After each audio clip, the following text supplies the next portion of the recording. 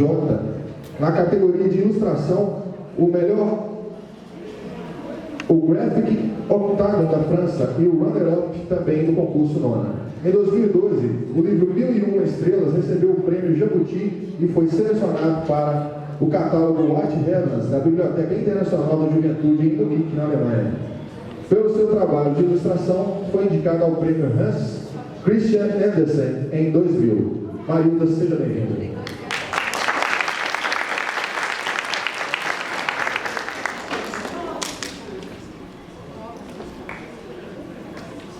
Queria convidar agora Nelson Cruz, nascido em 1957 em Belo Horizonte e atualmente mora e trabalha em Santa Luzia, a 30 quilômetros daqui de Lavras. Desde 1998, ilustra para o mercado editorial brasileiro. É o autor de 22 livros e, dentre eles, 6 receberam prêmio Jabuti da CBL, Câmara Brasileira do Livro. Em 2002, na FNLIJ, Fundação Nacional do Livro Infantil e Juvenil, seção brasileira do IBPY, International Board of Books for Young People, foi indicado ao prêmio Hans Christian Andersen de ilustração. Em 2004 e 2012 foi indicado pela mesma para a lista de honra do IBPY. Em 2012, os originais do livro Alice no Telhado, de sua autoria, participaram da exposição Ten White Alice, homenagem aos 150 anos do livro Alice no País das Maravilhas, no Museu de História de Oxford, Londres. A mesma exposição foi montada na Fundação Gulbenkian, em Lisboa. Em 2013, ganhou o prêmio APCA, Associação Paulista dos Críticos de Arte da cidade de São Paulo, de melhor livro infantil, com A Máquina do Poeta, e em 2015, a Academia Brasileira de Letras concedeu o prêmio da ABL de Literatura Infantil e Juvenil ao livro do Acaso. Em 2016, o livro Haikais Visuais recebeu o prêmio Monteiro Lobato de Literatura Infantil e Juvenil da revista Crescer. O selo atualmente recomendável, prêmio Melhor Livro de Imagem e prêmio de Melhor Ilustração da FNLIJ. Este ano, 2019, as ilustrações do Se os Tubarões Fossem Homens recebeu o prêmio de Melhor Ilustração do ano, categoria Orconcourt, da FNLIJ. Seja bem-vindo.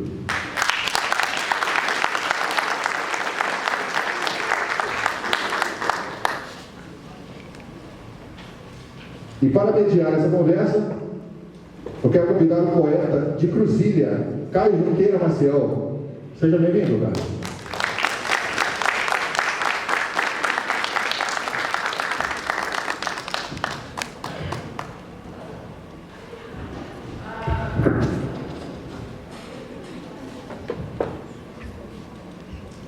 Boa tarde, gente. Me sinto muito honrado e principalmente premiado, juntamente com vocês, serão premiados aqui, por estar na presença do casal Maravilha. Né? Tanto o Nelson quanto a Marilda são escritores, são ilustradores, e são talentosos, premiados no Brasil e no estrangeiro. Eu tive a felicidade de receber do Marco Túlio, como empréstimo, alguns livros para a gente ter uma conversa melhor, né? Há muito tempo que eu não os encontrava e não os li. Aliás, hoje aqui eu recebi da Marilda um autógrafo de um livro que eu ganhei em 1995 de um amigo de Brasília, e a ilustração era dela. E o livro, o autor dedicou o livro à minha filha, que na época tinha 9 anos, e agora minha filha tem 33 anos e está com uma menina de 1 ano, e eu recebi hoje um autógrafo e um desenho da Marilda Castanho dedicado à minha filha Ludmila. Também tenho aqui em mãos um dos melhores livros infantis que eu conheço, que é do Nelson Cruz, que é A Máquina do Poeta. baseado no poema A Máquina do Mundo, do Drummond, também aproveitando trechos de uma carta de Mário de Andrade ao Drummond, no momento difícil da vida do Drummond, em que o Drummond estava angustiado, ele estava em Belo Horizonte, depois voltou para Itabira, começou a dar aula em Itabira, e estava muito inseguro do seu destino de poeta. O Luiz ali falou a respeito do destino, da vocação, e o Drummond achava que ele não tinha talento suficiente para ser poeta, e uma carta, né, do Mário de Andrade praticamente tirou o Drummond à beira do abismo esse que o Nelson muito bem documentou, desenhou, inspirou nesse seu grande livro, A Máquina do Mundo.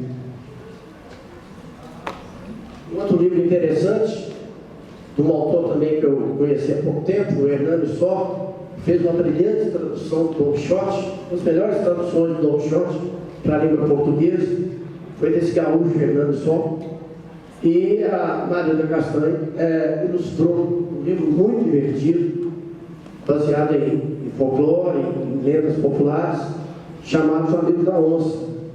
Vale a pena conhecer. E aqui outros livros, Dia de Chuva, da Ana Maria Machado, que tem a ilustração da Marília Castanho. Fase da Lua, né?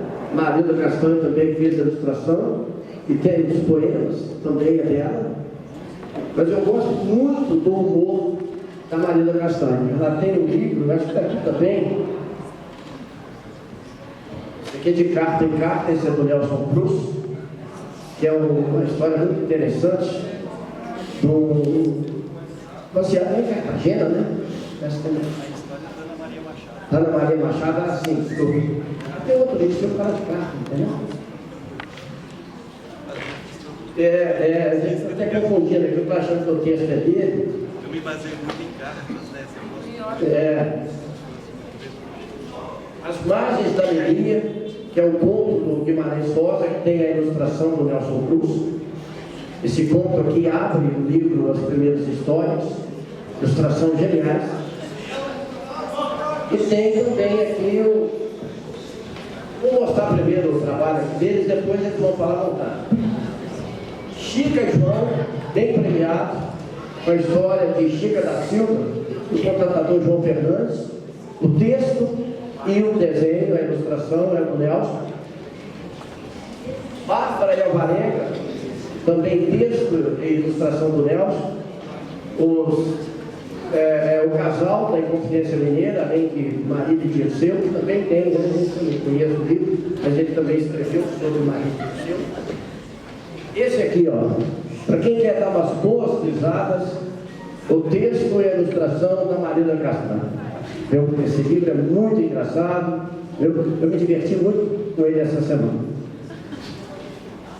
O livro do Acaso, também do Nelson Cruz, e esse livro aqui me trouxe uma revelação incrível, porque já há algum tempo eu participo de uma revista portuguesa chamada Em Comunidade, e um dia eu tive uma ideia, e eu achei que ela era original.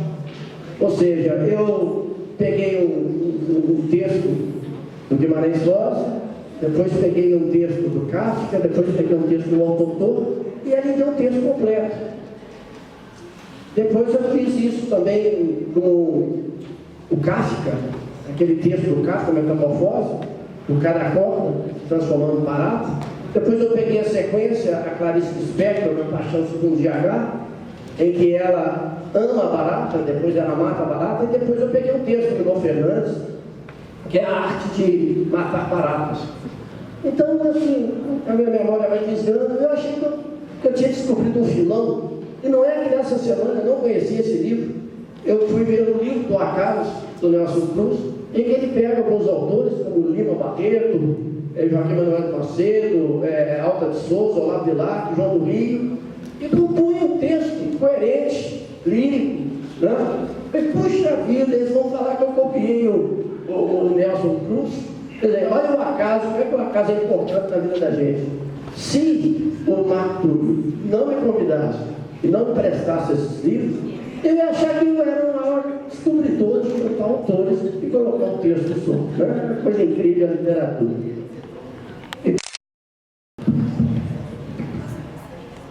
O Conto de Escola, que é um dos textos brilhantes do Machado de Assis, todo brasileiro tinha que ler esse livro, porque é um texto que o Machado de Assis analisa a corrupção.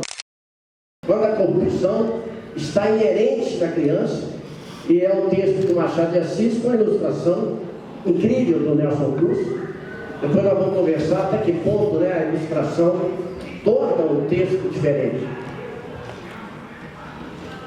A Árvore do Brasil, um texto que dispensa palavras. Aliás, tem vários livros do Nelson Cruz em que ele não coloca nenhuma palavra e a narrativa flui, né, com muita serenidade, muita inquietação também, como esse, em que uma árvore testemunha vários momentos da história do Brasil. Viu? É um livro que também deveria estar na casa de todo brasileiro. E esse livro aqui também, puxa vida, como é que esse livro é atual? Parece que ele foi escrito para o atual governante brasileiro. Viu? O dia que todos disseram não. E uma coisa que eu acho fantástica aqui no Nelson, né, o texto, a ilustração dele, é que lá no pós-fácil, ele abre a caixinha de segredos. Porque às vezes o autor tem uma inspiração e tal, e viaja naquela inspiração, e o Nelson faz questão de dizer para o público, né, que a ideia dele, ele pegou um ponto do Jorge Luiz Borges, né, e outras intertextualidades que ele faz, não somente nesse livro, mas esse que eu deixei para o final aqui, porque eu também tenho muita afinidade com esse personagem. Eu estou até com um livro numa editora aí sobre esse personagem, que é o Saci Pererê. Quem me acompanha no Facebook, eu tenho escrito muito sobre o Saci Pererê, e gostei demais do caso do Saci, porque nesse livro aqui o Nelson Cruz, que é o autor e o ilustrador, ele reúne o mito brasileiro, que é do Saci Pererê, com um personagem incrível, né, também um dos melhores livros infantis que eu conheço, que é o Pinóquio, o autor italiano Collodi. Aliás, a última vez que eu vim aqui, falei com o Marcos desses dias, a última vez que eu vim aqui no Cine Bandeirantes, era cinema. Eu estava passeando com meus meninos, e uma cachorrinha que eu tinha 7, a Bruna, e de repente eu passei, era no domingo à tarde, estava passando o Pinóquio numa sessão vespertina, no matinê. Aí eu falei, poxa, eu vou levar minhas crianças. Aí eu trouxe minhas crianças, só que o porteiro não deixou a Bruna entrar de jeito nenhum, né? A cachorrinha séria. Eu tive que ligar lá para casa, com o cunhado meu vir de carro, pegar a cachorrinha e levar a cachorrinha embora, né? Então foi a última vez que eu tinha vindo aqui assistir o Pinóquio. E nesse livro do Saci, o Nelson faz, né, uma divertida história, também abordando o tema social, real, a questão do marginal, a questão do homem desempregado, que cata papelão na rua para sobreviver, e ameaçado, né, por os marginais que moram no bairro dele. Então é uma história fantástica, viu? Que eu acho que todo quem não conhece, procurar depois o Marco Túlio, que tem lá no Rachel. Agora eu passo a palavra para vocês. Puxa, você sabe meu CPF, meu RG, as coisas? Bom, mas aqui, como todo homem, eu acho que as mulheres devem começar a falar. As mulheres primeiro. Acho que ele está com medo, gente. Nós somos mais corajosas, não somos? Então vamos lá. Isso mesmo, gostei dela. Mais corajosa, você Então, primeiro, boa tarde. É uma alegria estar aqui, né? E obrigada de novo, Túlio. É a segunda vez, né, Túlio, que a gente vem. Estou vendo gente lá de Santa Luzia também, aqui na frente, queridos, queridas. E estamos aí, né? Estamos aqui novamente. E me emociona muito, me alegra muito parar tudo que a gente está fazendo para falar de livros. Eu acho que, como o Caio falou, principalmente agora que a gente está vivendo um momento em que eu tenho a sensação que tudo está sendo varrido. Está sendo varrida a literatura, está sendo varrida a educação, está sendo varrida a Amazônia. Então, acho que eu queria começar falando dessa sensação que eu tenho, de que nós temos 2 filhos também, né? Adolescentes, e eu não queria nunca passar a sensação de que a gente deixa um legado de vazio para os filhos, ou de vazio para essa geração. Então, acho que é hora mesmo da gente sempre pensar como resgatar. A gente pode resgatar com encontros como esse.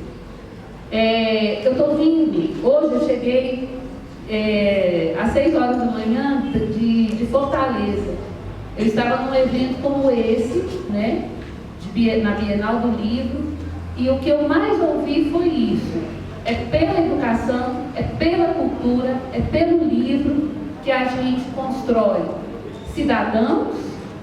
Estou vendo aqui as bibliotecas comunitárias cada vez mais presentes. Ontem eu estava ouvindo a Bel Santos Maia, que me emocionou muito. Então, de Parelheiros, né? Ela e Bruninho. Bom, mas por que eu estou falando isso tudo? Só para dizer que eu não tenho outra coisa a agradecer por estar aqui, a não ser a paixão por livro. Eu venho de uma família, meus pais tinham 4 anos primário, moravam no bairro São Efigênio, Belo Horizonte, e eu tinha um tio Negro, que tinha um armário, que eram 5 portas de armário, 6 portas, né, Deus? Você lembra do armário do tio Negro? 5 portas eram de livros e uma porta era de roupa. Então, ali foi a minha primeira biblioteca. A segunda biblioteca foi da escola, né? E a biblioteca pública, porque lá em casa era assim, quando a gente fazia 10 anos de idade, olha só, cara, a gente ganhava do meu pai um relógio andando, para a gente marcar o tempo, não perder o tempo, né? Não perder os compromissos, essa coisa do papai, da presença social, exatamente. Ele não ficava sem relógio no curso. E da mamãe, a gente ganhava uma carteirinha da biblioteca pública. Aí a gente ia lá, ela ia conosco, ensinava a gente como chegava lá de ônibus, e depois a gente ia de ônibus. E isso de uma pessoa que tem 4º ano primário. Né? Ela ainda é viva, mora conosco na nossa casa. Bom, e foi aí que eu descobri a grande paixão pela literatura. Eu vou começar aqui mostrando do que a literatura é capaz, né? Eu já contei essa história no ano passado, né, Túlio? Acho que eu não vou contar de novo, não. Porque eu choro, vou queixando. O público é diferente. Hã? O público é diferente. O público é diferente, então tá. Mas antes de... Eu chororô, eu passo a palavra para o Nelson, depois eu conto. Mas eu queria primeiro falar... Entendi aqui Da história. da história. Do que a história é capaz? Do que a arte é capaz? Fazendo a 4 mãos, eu vi que a arte é capaz de transformar o luto em livro. Então, quando eu perdi papai, em 2011, a gente sempre sabia que ele... Eu sabia, né? A gente comentava isso em casa, ele parecia um personagem, uma figura folclórica do bairro de Santa Efigênia. E aí, eu pensava assim, vou fazer uma história para o papai. Mas eu não queria fazer uma história biográfica. Esse é o Henrique Castanha, que tinha 3 filhas. Aí eu lembrei que ele tinha umas mãos muito grandes. E aí eu comecei a fazer uma história pensando nas mãos. Do que é possível fazer com as mãos, né? E aí eu escrevi durante uma vida, né? O que é possível fazer com as mãos durante uma vida? E aí eu escrevi o A 4 Mãos. Mas eu vou contar daqui a pouco. Antes eu vou passar para o Nelson, senão vocês vão ver lá em casa amanhã, vai ter livro. Se ficar só eu falando. Bom, boa tarde. Caio, obrigado pela sua apresentação. Eu vi que você vasculhou a minha vida mesmo, hein? A nossa vida. Você mais parecia um livreiro, né? Daqueles que chegam e de repente tiram uma verdadeira biblioteca dos bolsos, né? Das malas. E muito obrigado pela sua atenção. E obrigado também ao Túlio, né? Pelo convite. É um prazer para a gente estar aqui, né, em Sabará, né, nesse festival. A gente que vem de Santa Luzia, né, que eu vou lembrar que Santa Luzia, né, foi distrito de Sabará, né, e agora a gente se libertou, né? Hoje somos independentes, até prova em contrário, mas em Santa Luzia a gente mora, né? Nós somos de Belo Horizonte, mas nós escolhemos, né, Santa Luzia para morar, e lá nós construímos uma casa, temos o nosso ateliê, e nós trabalhamos hoje assim a 3 metros um do outro, né? Há 27 anos, né, Maria?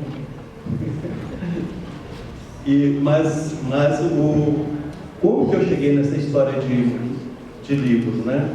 Na verdade, eu não pretendia ser autor, né? E tenho muita dificuldade assim de quando alguém me chama de escritor, porque eu sempre me dediquei à imagem, né? E eu pretendia ser artista plástico, né? Assim, aquele que leva a vida somente na tela, né?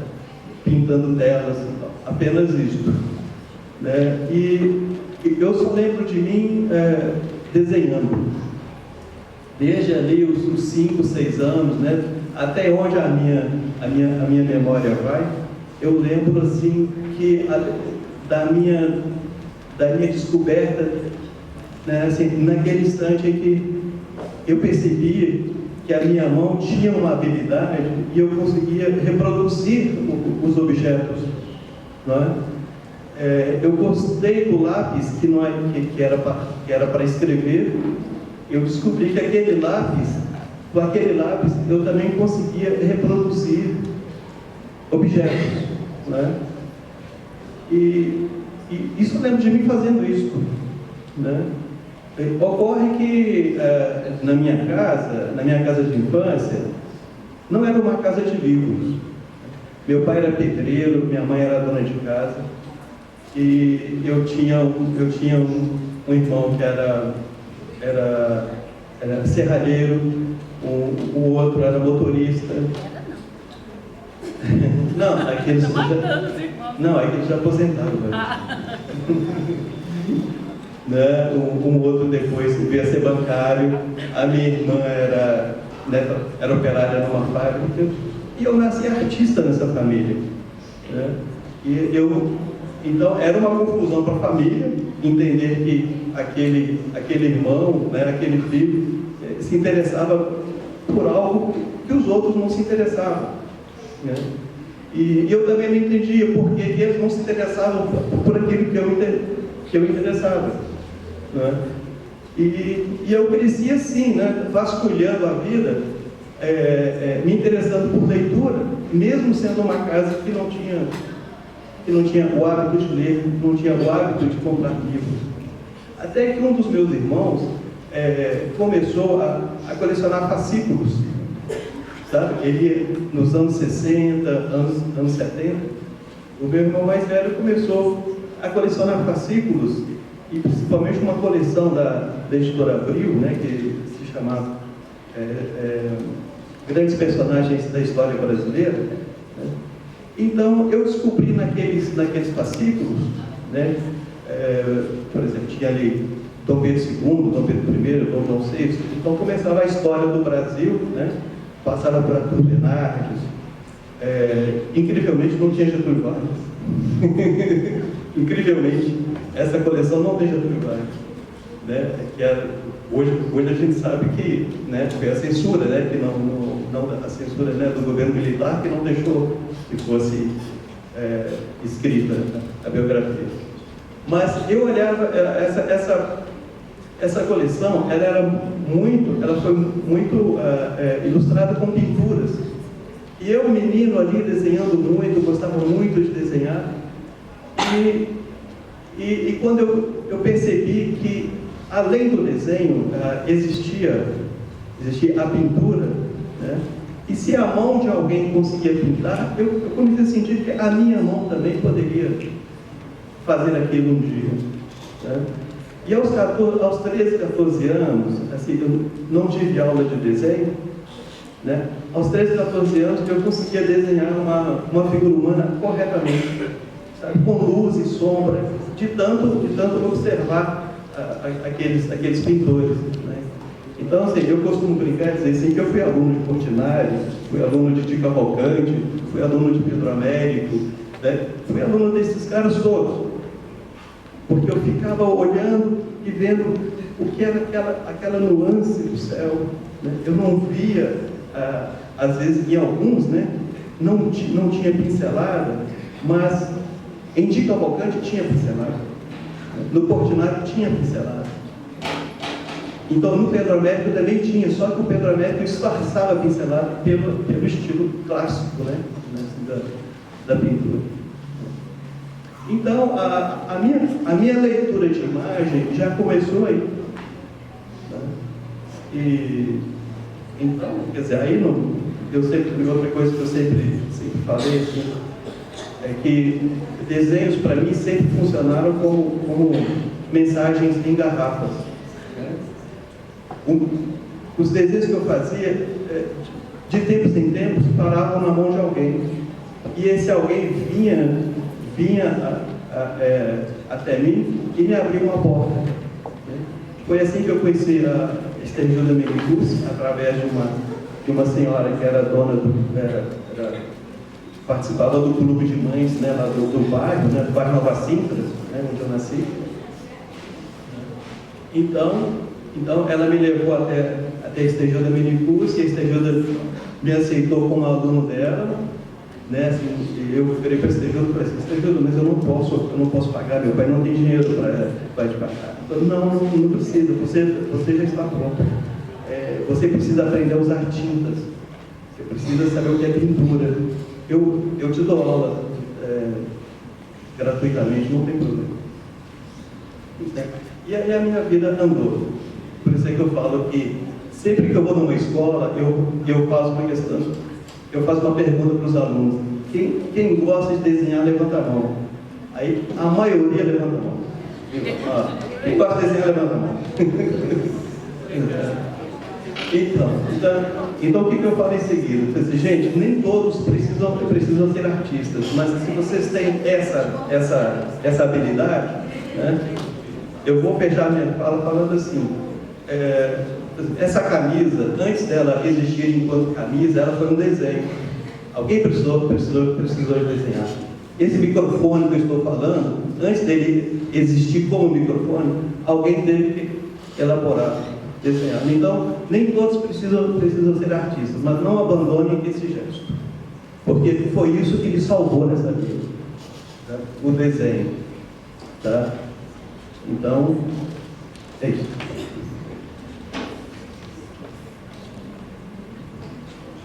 O que ele me falou aí, me lembrou um caso contado pelo meu amigo, o grande escritor Olavo Romano, foi presidente da Academia Mineira de Letras. O Olavo Romano, lá no seu livro, não sei se é Letra e Prosa, o caso de Minas, ele conta a história de um menino muito talentoso que pegava um pedaço de pau e dali fazia uma pequena escultura. Ele era muito brilhante nisso. Aí o fazendeiro olhou aquele negócio e falou, escuta, agora eu quero que você me faça. Dou dinheiro aqui, você vai me explicar como é que você consegue desenhar, você fez um Jesus Cristo aqui perfeito, como é que você consegue tirar dessa madeira a figura de Jesus Cristo? Aí o menino falou assim, fazendeiro, é muito simples, eu pego um pedaço de pão, aí eu fico olhando para ele, aí ele faz. Isso aí me faz uma pergunta que eu dirijo aos dois, depois a galera aí pode fazer as perguntas.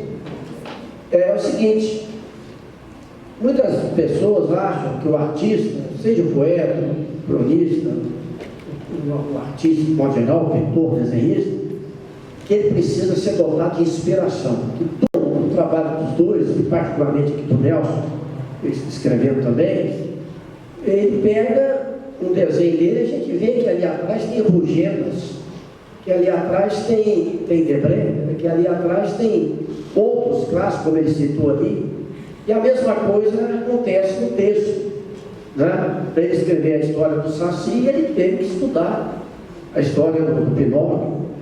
Então eu gostaria que vocês comentassem para o pessoal, né? Até que ponto vai a inspiração, e não vou dizer a palavra erudição, que é um pouco pedante, mas a disciplina intelectual, o estudo, né? Para que a obra de arte tenha mais consistência. Boa pergunta. Mas eu penso assim, se fosse só obra da inspiração, eu acho que eu não teria nem um quinto do que tem aqui, nem um terço, um quinto é menos, né? Nem um quinto. Porque só com inspiração é aquela coisa, a gente tem uma ideia, mas e para fazer essa ideia? Porque muitas vezes a gente começa, a gente sabe como começar, mas não sabe como que vai terminar. É igual entrar na encrenca, né? Você sabe como que vai entrar na encrenca, mas sabe como é que vai sair. E o livro é assim, é uma pequena encrenca que a gente arruma, né? Mas no caso de várias ideias, o mais fundamental é fazer aquilo que vocês fazem na escola, que é pesquisa. Isso não tem jeito. Para fazer aquele que você falou que é divertido, né? O ponto ortográfico, eu fiz pesquisa. Eu gosto muito de fazer listas. Para fazer o a quatro mãos, eu fiz listas também. Eu adoro dicionário. Adoro. Esse negócio de dicionário é pai dos burros é a maior bobagem. Dicionário não é pai dos burros, não. É pai dos curiosos, é pai é pai das ideias. Então, dicionário, gente, dicionário, enciclopédia, Google, né, também, agora. Então, quando você tem alguma dúvida, procura, vai atrás. Então, eu faço lista. Então, e é isso. E aí, faço lista, pesquiso, recorto, jogo fora. Às vezes, eu faço um livro inteiro, como eu estou fazendo agora, né, rasgo tudo, começo tudo de novo. Então, dá trabalho. Não é inspiração. Mais transpiração. É fazer, não gostou, faz de novo, enfim. E que mais? E é isso. Tem também, aí vocês podem me perguntar, mas como, né? Como que vai ter essas ideias? Tem alguns recursos, sim. Então, a observação é muito importante também. Então, o processo criativo tem hora que ele é mais importante do que o resultado, assim, né? Mas você precisa uma hora terminar, né? Senão você não acaba nunca, fica uma obra inacabada, né? Uma obra fica igual aquela catedral lá na Espanha, né? Do Gaudí. Tem 100 anos que estão construindo a catedral, né? 140 já? Aí. Então, uma hora você tem que pôr ponto final para fazer outras coisas. Porque, às vezes, costuma acontecer isso. Você termina o livro é publicado, você, na hora que lê, fala assim, nossa, mas como é que eu pensei? Eu teria uma melhor solução para isso hoje. Isso também é muito bom. É sinal que a gente muda, que a gente tem outros olhos, né? E se a gente ficar estagnado, aí também você não consegue fazer um outro projeto. Então, acho que é isso. Inspiração é só uma luzinha, um fogo inicial. Depois, que às vezes nem precisa ter, às vezes, pela pesquisa você vai ficar... Porque eu também vou considerar que tem uma outra coisa que ajuda muito, que é a intuição. Então, às vezes não é nem inspiração em si, mas a intuição de que aquilo vai virar uma história. E a intuição só não adianta, você tem que fazer ela acontecer. Sobre inspiração, eu tenho uma história para contar. Eu me lembro, assim, quando adolescente, tinha momentos assim que eu queria desenhar, que eu não tinha ateliê, né? Ia lá para o meu quarto, pegava essa pranchetinha de cobre, colocava em cima das minhas pernas, e eu ficava ali com lápis, esperando. Num determinado momento, eu sentia um calor vindo, não sei de onde, um calor tomava assim o meu corpo e eu começava a desenhar. E aquilo ia. Isso me acontecia até um determinado momento que o desenho estava bem adiantado. E aí aquele calor desaparecia. Então eu começava a analisar o que eu tinha feito. Né?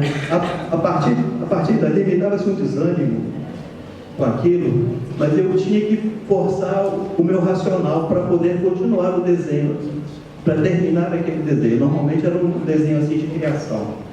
Né? E isso me aconteceu durante boa parte da minha adolescência. Se isso era inspiração, eu não sei. Eu só sei que era algo assim um pouco misterioso. Tá? Ocorre que paralelo a isso, eu lia muito. Né? Então, quando eu comecei as minhas aulas lá com a Estelilda Menicucci, que o ateliê dela era na Savassi, e eu ia de ônibus até o centro de Belo Horizonte, e algumas vezes eu pegava um outro ônibus e ia até Savassi. Outras vezes eu cismava de ir a pé. Né? Algumas vezes eu não tinha dinheiro para passagem, eu ia a pé, então voltava. E passando ali pela Praça da Liberdade, eu descobri a Biblioteca Pública, que a Marilda já tinha a carteira, e eu descobri que eu poderia ler livros sem comprar, sem pagar.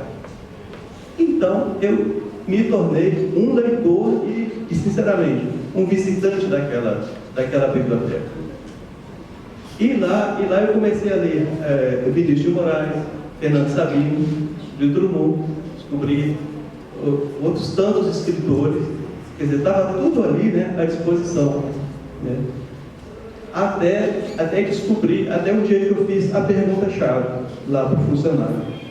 Vocês não têm livros de arte, pinturas? Eu queria ver. Aí o funcionário disse que tinha uma sala que vivia fechada, mas que ele poderia abrir para mim. Era a sala de obras especiais. Então ali quando ele abriu, eu era o único, passei ali uma tarde, e quando eu passava, livros e mais livros de pintura, Van Gogh, Picasso, Dalí, Portinari, tinha livros de programação visual, né?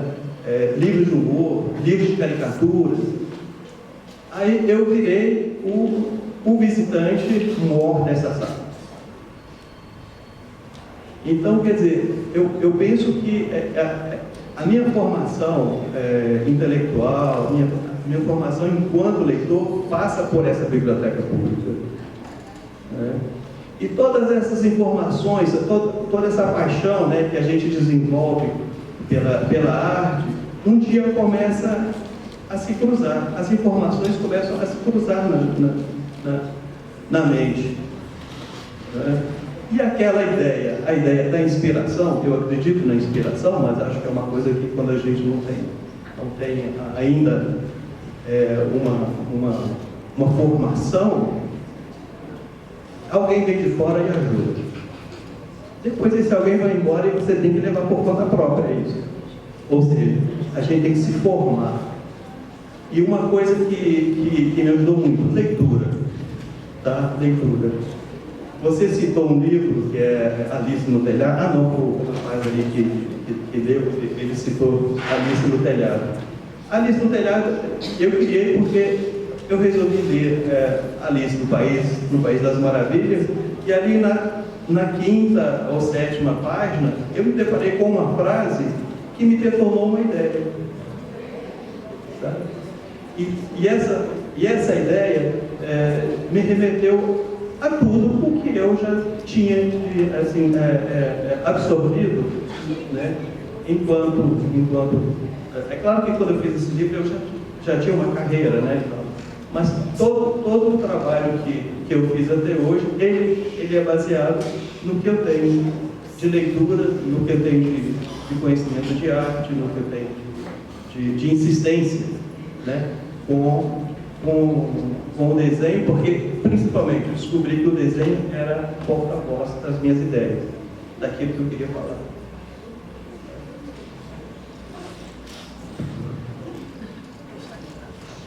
É isso que eu estou doida para contar. Caio adivinhou. Agora não, mas tinha que falar, gostei. Eu vou contar então. Mas antes de contar a história,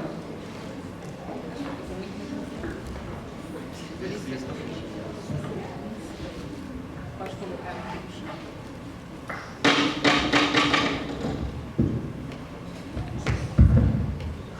então.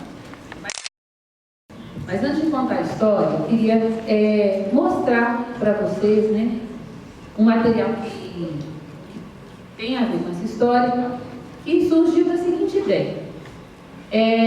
Como eu falei antes, é um livro que nasceu de um momento de um luto, né? Um momento triste, é uma história que eu considerava uma história com um assunto triste.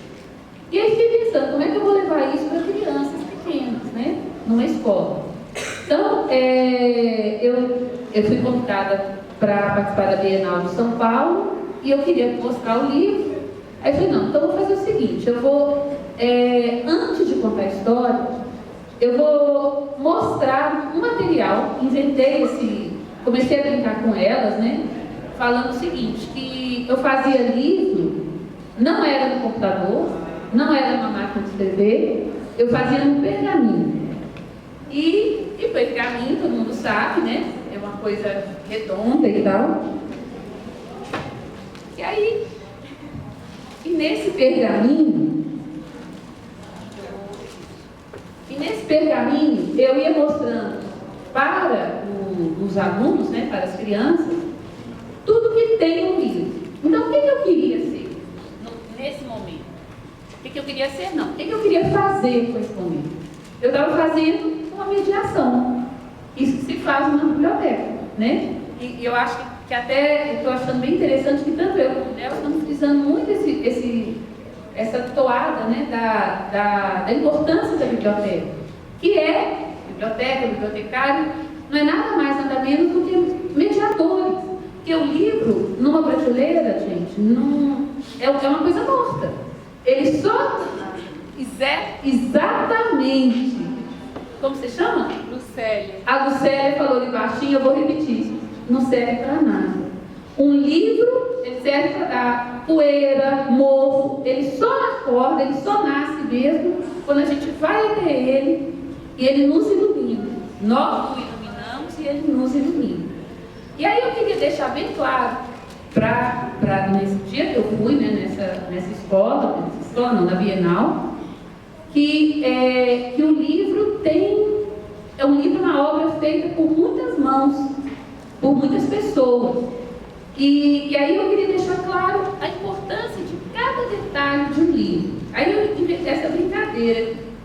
Então, título, e aí eles iam achando aqui no livro o que era o título, né? Então tá lá, a quatro mãos. Autor, autora, tá lá, Marisa Castanho, né? E fui fazendo esse pergaminho, cara. Ilustrador, ilustradora, que no caso sou eu, né? Editora. Então, olha só, é a forma de dizer todo mundo que trabalhou nesse projeto. Então, no caso da editora, Companhia das Letras. Ficha técnica, acho que eu vou precisar de outra pessoa aqui, porque agora. Isso, vem cá, por favor. Ela levantou a mão por vou voltar. Parece um programa de auditório, né? Essa daqui, né? Programa de auditório. Isso é um programa de auditório, quase. Deixa de ser. Dedicatório. Aí eu já começava a entrar no livro. Então, quando chega a dedicatória, aí eu mostrava. Pai Henrique Castanha, meu pai. Ah, minto, no leite, ficha técnica. E até explicava para os meninos. E isso eu mostrei agora, eu falei anteontem lá em Fortaleza, e eu dei a seguinte comparação, né? Que ficha técnica é o mesmo que aqueles letreiros que a gente sai, que a gente às vezes não espera o filme acabar, né? Levanta e os letreiros estão passando, aquilo é ficha técnica. Então tudo tem ficha técnica, inclusive o livro. Então a ficha técnica do livro é isso aqui. Você pode passar, vou ficar do lado de cá agora. É interminável, vai dar a volta aqui. Brincadeira, viu, gente? Vai dar a volta. Está acabando. Tem um buraco aqui atrás de mim. Aí eu coloquei cores, né? Então o livro, ele pode ser feito de muitas cores, ou selecionar algumas cores. Enfim, vai depender do ilustrador. Antes eu queria falar uma outra coisa rapidinho, que aqui é um conceito, não é apenas um livro com ilustração, é um conceito de livro ilustrado, onde texto e imagem contam uma história só, né? É onde a gente tem a narrativa visual. Então as cores vão tendo uma razão de ser, de estar aqui. Pode passar não, pode desenrolar. Aí eu ia mostrando, peraí, para só mais um pouquinho. Os elementos que contém no livro.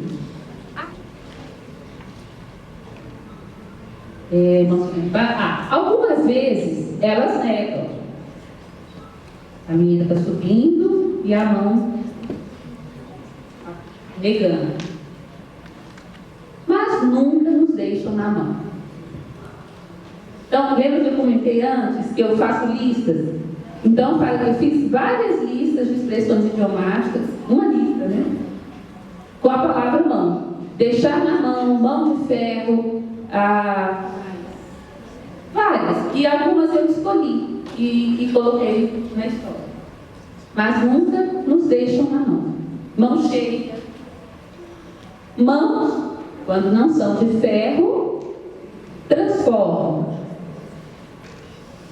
Então, a cena, né, numa casa, cozinha, um fogão, o botijão de gás, enfim. E a menina fazendo um desenho no chão. Aí começa a acontecer uma história paralela. Então, olha só, não está escrito, a menina fez um desenho e colocou na geladeira.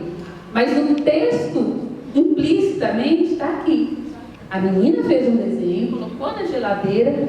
Então, paralelo ao texto escrito, né, tem uma narrativa visual que a gente vai construindo quando a gente começa. Porque o que eu queria muito deixar claro nesse encontro de hoje é que ler é buscar sentidos. Então, a gente vai buscando sentido nesse desenho, né? E associando sentidos. Vai sempre depender do contexto. Então, vamos lá. Deixa eu voltar aqui. Mãos, quando não são de ferro, transformam o escuro em festa. E tem toda uma ambientação aqui, ó. O pinguim de geladeira, isso muito comum nos anos 70, né? Que era da minha infância. Ele brincando com luz e sombra. O choro em riso, né? A menina cai da bicicleta e ele traz tá dando para ver, gente? Um pirulito. O choro em riso e o domingo. Aqui é bom contar o que por trás, né, da história. Aqui é o momento que eles sobem no trem de ferro e eu coloquei a data em que meu pai nasceu. 15/7/25. Então tem a inscrição no trem é a data em que ele nasceu. E o domingo, em férias. E aí até essa barata no meio dessa. Porque isso era muito comum. A gente vinha passear, saía lá da estação, vinha para Sabará, ou Apóstolo, Nova Lima, ou Santo Antônio. Hoje eu até falei com ele, né? Papai adorava ir a Santo Antônio de Roças Grandes. Então, aí. Mas bom, mas saindo dessa parte, né? Porque eu às vezes misturo o que eu vivia e com o livro. Então vou voltar para a narrativa de novo.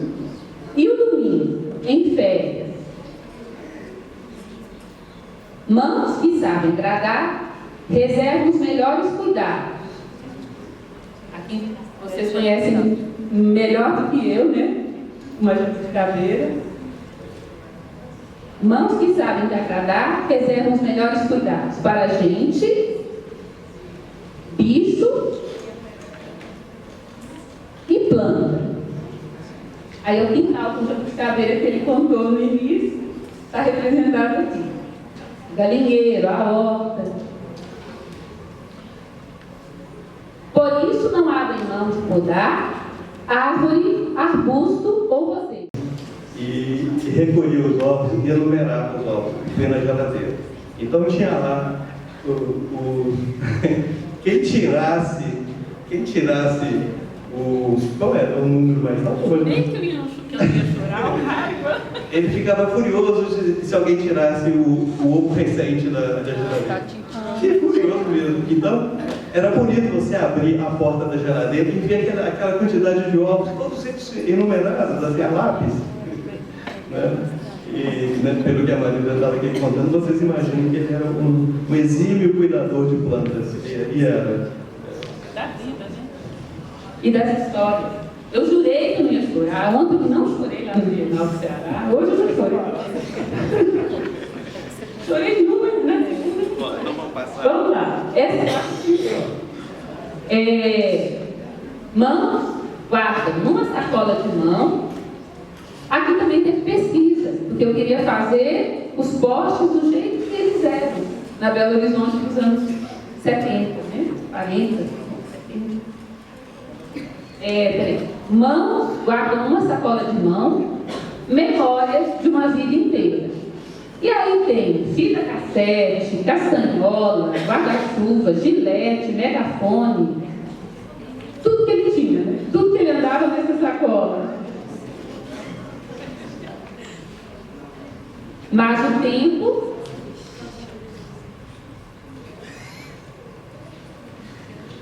tem outras mãos. Essa parte eu gosto de contar, que foi a coisa da inspiração, sabe, Caio? Às vezes a gente não tem inspiração, por isso que os encontros são fundamentais. Eu fiz um curso em 2014 com um mexicano lá na Itália, o Gabriel Pacheco, um ilustrador mexicano. E um grande mestre. E aí, eu tinha toda essa ideia no lápis. Mostrei para o Gabriel, e procure os livros do Gabriel também, que já tem coisa editada no Brasil, é incrível. Procurei o Gabriel, mostrei para o Gabriel, ele viu tudo e falou, essa parte não existia. Aí falou assim, está faltando uma mão. Falei, qual mão? A da morte. Aí eu pensei, não vai ter jeito, mostrar uma morte. Eu pensei naquela ideia do penadinho, né? Com foice. Não cabe isso aqui, Gabriel. Não. O que é a morte para você? Aí eu fiquei calada. Aí ele fez outra pergunta. Outra coisa. Livros nascem de perguntas, viu, Júlio? Aí ele fez outra pergunta. O que você fez com as mãos quando você viu seu pai no caixão, né? Aí eu fiz isso. Aí falou, desenha isso. E aí, pronto. Aí o livro nasceu mesmo. Porque não tinha essa arte. Então o livro é assim, livro é instigado por outra pessoa por terceiro olhar. Né? E, enfim, deixa eu continuar. Aí, como é que é? Mas o tempo tem outras mãos. Que modificam, mas jamais apagam os segredos. Lembra do desenho? Lá da geladeira? Lembra? Muito bem, boa memória. Aí o desenho está aqui de novo. Que jamais apagam os segredos contidos na palma da mão. Aí ele miudinho aqui nas linhas da mão. Aí eu já faço com que a mão seja um espaço, um local, né? Ele caminhando nas linhas de uma mão gigante. É aquela coisa do cinema, né? De você aproximar. Segredos que fazem com que um simples aceno, então tem uma pessoinha acenando lá longe, tornem a vista embaçada. Aí ela vai chegando, E como a vida não é uma via de mão única, não há quem negue. E toda história de vida... Opa, já estou falando antes. Não há quem negue. E toda história de vida foi, é e sempre será muito, muito melhor de mãos dadas. E aí acabou. O mais interessante é que, enquanto a Marilda fazia, né, construía essa história, eu também trabalhava num outro livro que curiosamente, né, se chama Os Trabalhos da Mão. Mas há 4 mãos e eu com os trabalhos da mão. E completamente. Que na verdade assim, é completamente diferente do que ela abordava, né? Eu ilustrava esse livro aqui, que é um texto do Alfredo Bose, né, que é um escritor, né, um educador paulista. E nesse texto ele fala do que as mãos produzem de bom, viu, gente? Então é um texto super bonito e que eu acho que nós temos, eu acho que a gente tem uma relação de que... Bom, vou esperar o pessoal sair. Obrigado pela presença.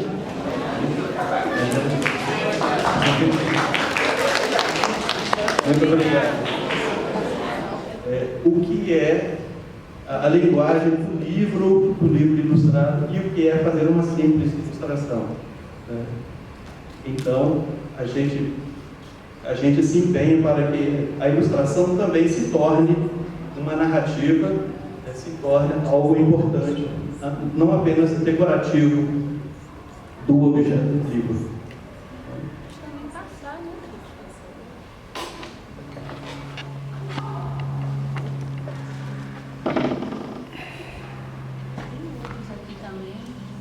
Primeiramente, eu gostaria de agradecer a presença de vocês aqui hoje e por estar compartilhando as coisas que vocês estão apresentando, pontos de vista, as suas obras. Eu gostaria de perguntar, só uma curiosidade mesmo, qual o artista ou o escritor favorito de vocês? Eu não consegui entender. Está dando muito eco, eu não entendi. Por favor. Qual artista ou escritor favorito? Isso.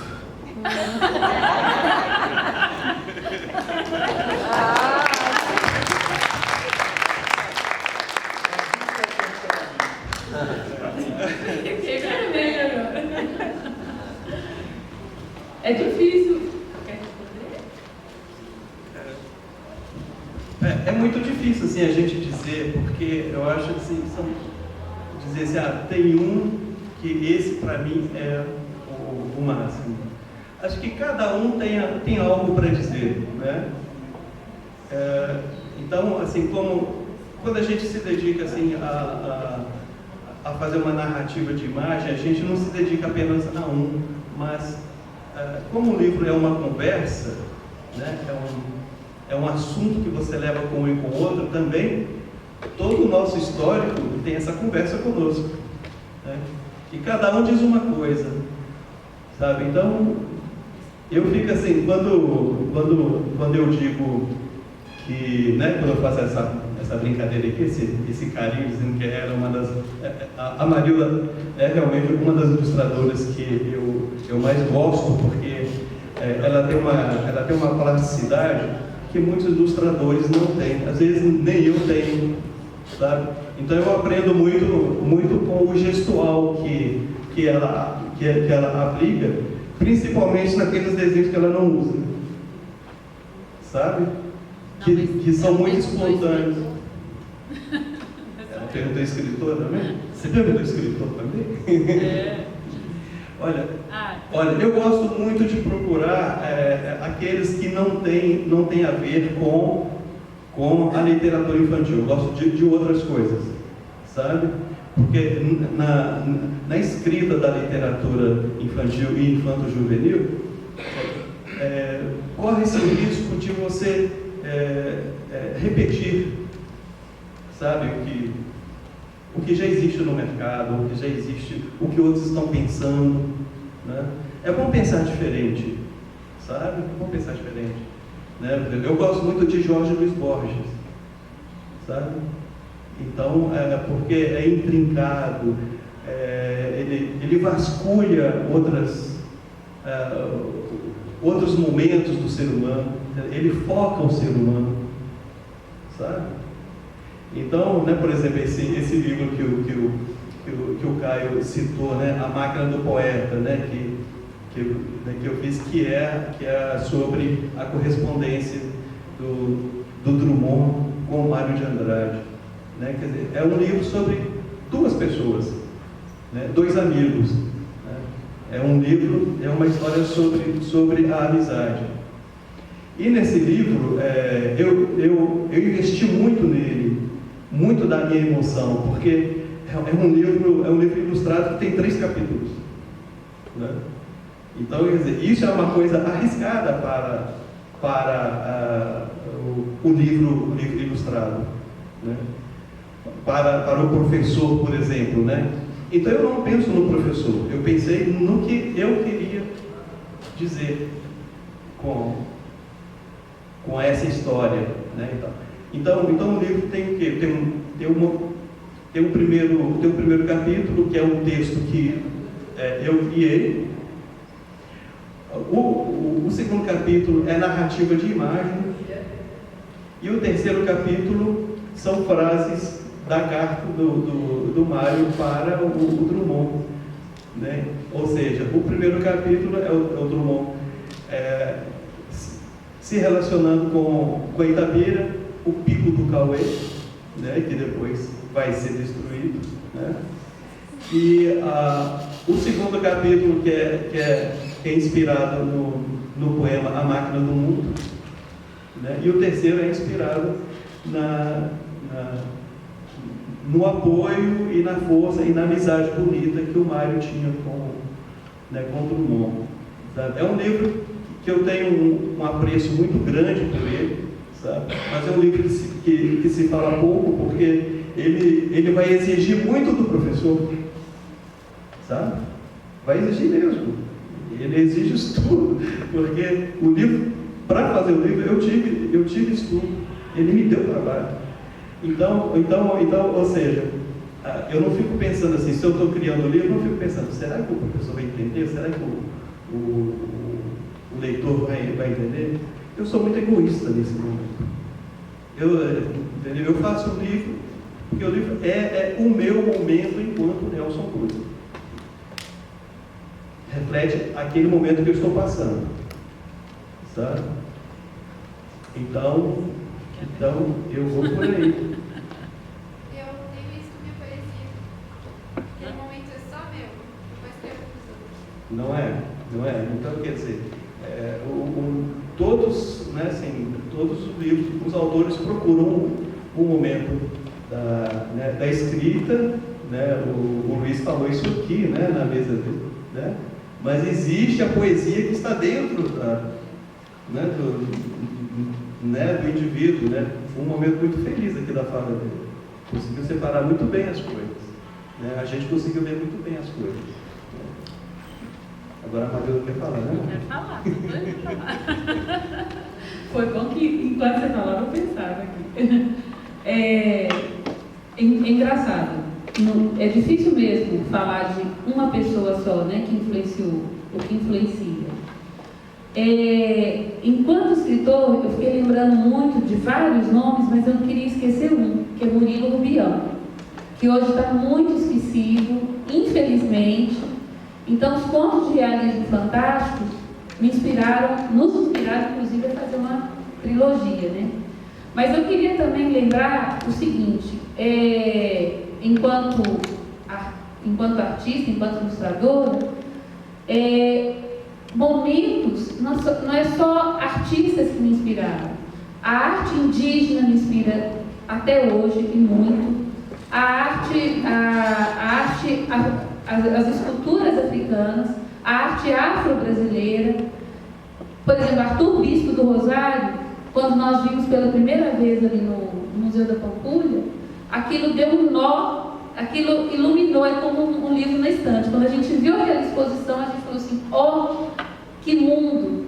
As obras do Museu do Inconsciente, da doutora Nise, desenho de criança. Então eu gosto muito dessas coisas que muitas vezes não estão oficializadas, não estão nos museus.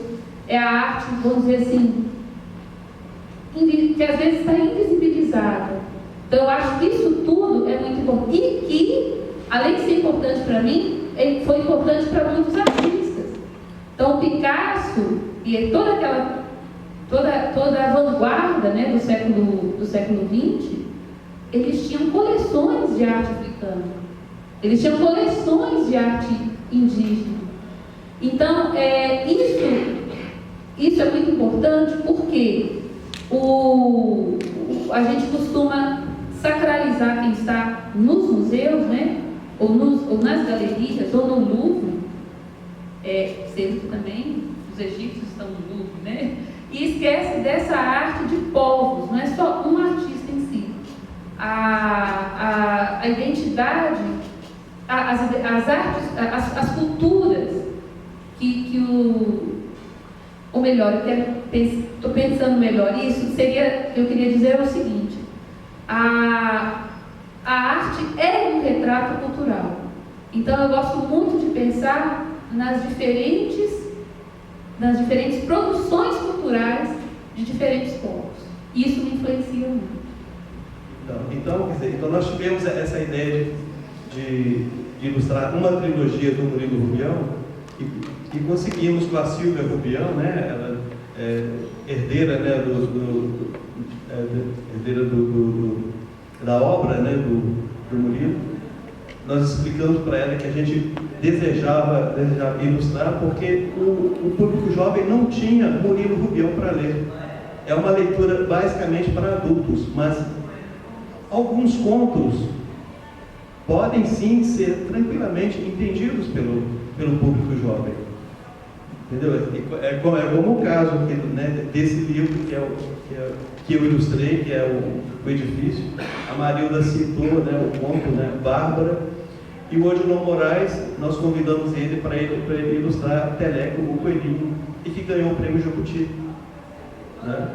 Entendeu? Então, quer dizer, a gente acha que, eu penso assim, se o menino consegue destrinchar um celular de última geração com a maior facilidade, dar um baile na gente de tecnologia, se ele consegue sentar diante de um computador e entrar e sair, entrar nos aplicativos e fazer o diálogo, eles conseguem ler literatura.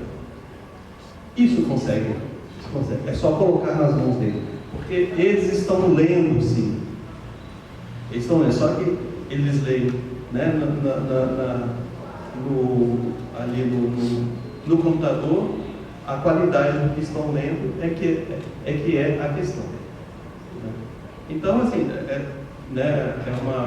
o nosso empenho, o nosso trabalho é voltado muito para isso, né? Então, é por isso que, às vezes, a gente tem, igual eu citei aqui, a máquina do poeta, que é um risco, a gente investe. Às vezes dá certo, às vezes não dá certo. Mas a nossa postura permanece, né Maria? A literatura, a leitura. Tem mais uma pergunta? Com a literatura. Tem. Eu ia perguntar.